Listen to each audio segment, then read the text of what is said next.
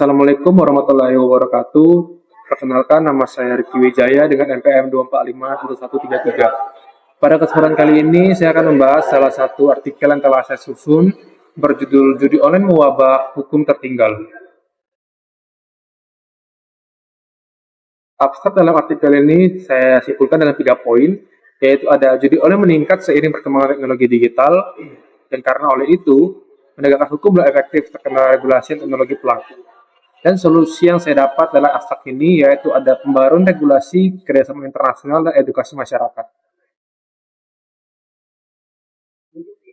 Pendahuluan dalam artikel ini ada 3 poin.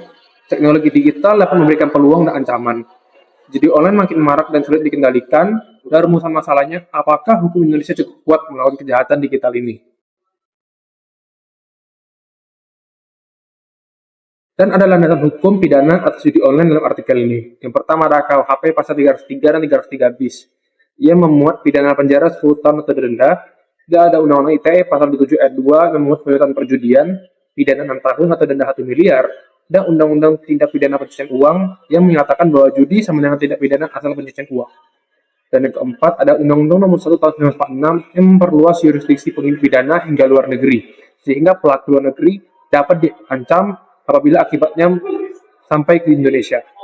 Kemudian ada peraturan pemerintah nomor 71 tahun 2019, penyelenggara sistem elektronik harus cegah aktivitas judi.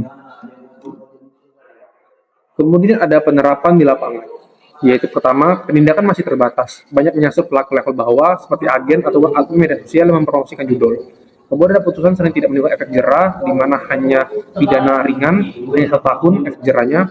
Kemudian ada kurang pendekatan keuangan kerjasama lintas negara, kemudian ada keterbatasan digital forensik untuk melacak judi online, dan kemudian tidak ada fasilitas rehabilitasi bagi pejudi kecanduan, sehingga pejudi seringkali mengulangi kesalahannya setelah bebas.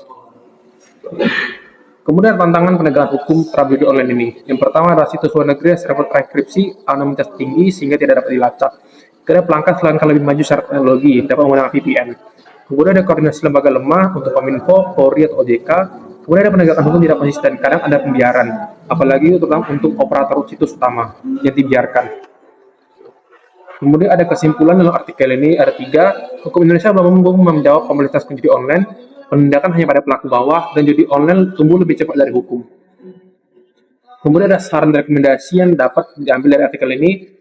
Ada dibutuhkan reformasi hukum, dibutuhkan kerjasama internasional, kemudian dibutuhkan edukasi masyarakat secara luas, dan kolaborasi terpadu lintas lembaga.